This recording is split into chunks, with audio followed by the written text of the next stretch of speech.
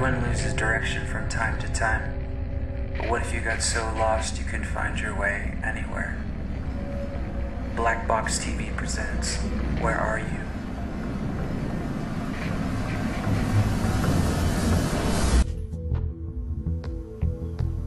Iraq actually is a perfect example of the way the whole system works. So we economic hitmen are the first line of defense. We go in and we try to corrupt governments and get them to accept these huge loans, which we then use as leverage to basically own them. If we fail, as I failed in Panama with Omar Torrijos and in Ecuador with Jaime Roldos, men who refuse to be corrupted, then the second line of defense is we send in the jackals. And the jackals either overthrow governments or they assassinate.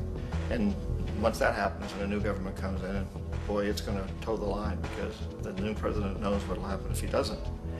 In the case of Iraq, both of those things failed. Economic hitmen were not able to get through to Saddam Hussein. We tried very hard. We tried to get him to accept a deal very similar to what the House of Saud had accepted in Saudi Arabia, but he wouldn't accept it. And so the jackals went in to take him out. They couldn't do it. His security was very good. After all, he had one time worked for the CIA. He'd been hired to assassinate a former president of Iraq and failed, but he knew the system. So in '91, we send in the troops and we take out the Iraqi military. So we assume at that point that Saddam Hussein is going to come around. We could have taken him out, of course, at that time, but we didn't want to. He's the kind of strong man we like. He controls his people. We thought he could control the Kurds and keep the Iranians in their border and keep pumping oil for us. And then once we took out his military, now he's going to come around. So the economic hitmen go back in the 90s without success. If they'd had success, he'd still be running the country. We'd be selling him all the fighter jets he wants and everything else he wants. But they couldn't, they didn't have success.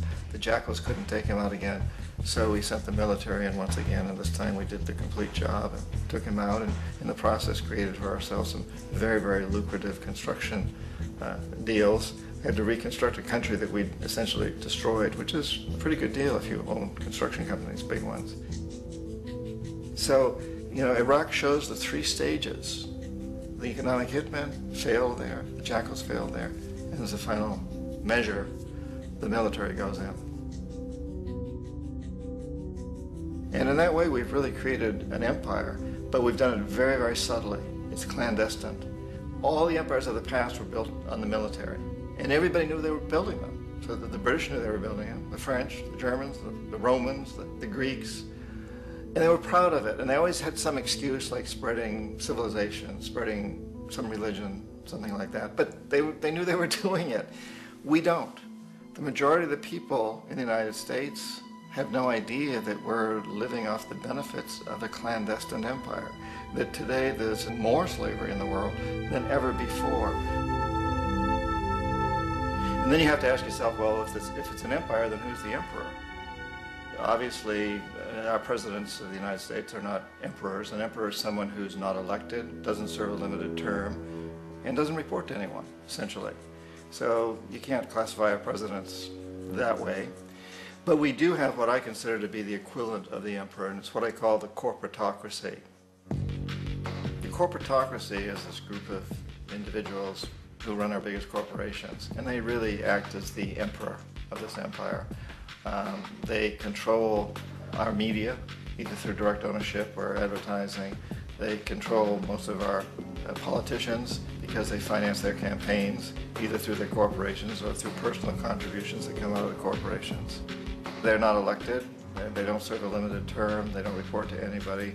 And at the very top of the corporatocracy, you really can't tell whether a person's working for a private corporation or the government because they're always moving back and forth.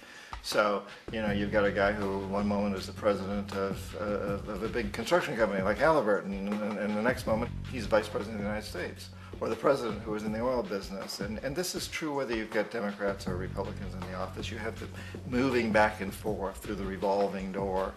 And in a way, our government is invisible a lot of the time, and its policies are carried out by our corporations on one level or another.